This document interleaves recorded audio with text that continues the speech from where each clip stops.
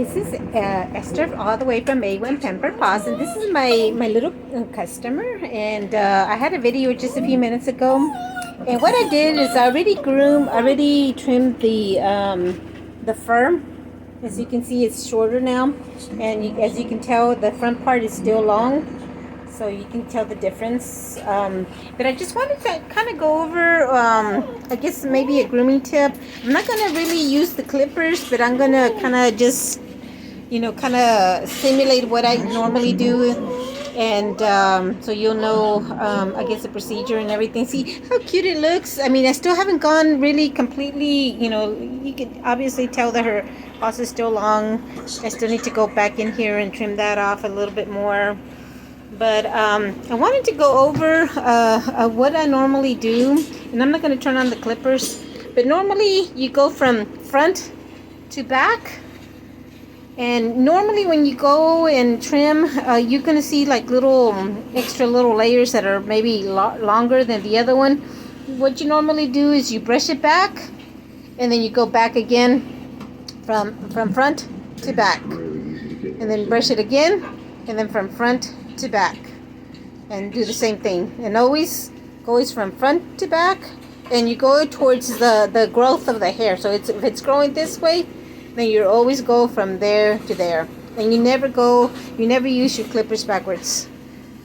And the reason why is because if you go from back to front, it's gonna clip like sporadically. It's not gonna trim in a straight path. So and then you always go from here down, and always from here down. You don't go across, because if you go across, you may get this little piece of, you see this little piece of skin, extra skin that's hanging there.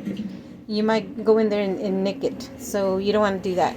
Same thing here. You go from there down, and then from here down. In this little area, you have to be extremely careful, right underneath the armpits, because there's a little extra hair extra skin there. You don't want to nick it. So what you do is you pick up the arm, pull it to the front, and then go from there, from the front backwards, and then from here that way. You got to be very careful, because you can accidentally nick this little area as well. Even though there's not a hanging skin there, you can accidentally clip that, so you have to be very careful. And especially if the dog is really matted, it's really hard to get under there. You have to be extremely careful, and even if you're extremely careful, sometimes you might nick the dog. So you got to be careful with that. And then the front part, we go from here, from the top, go forward and down, forward and down. And usually in this area underneath the neck, the hair grows differently here.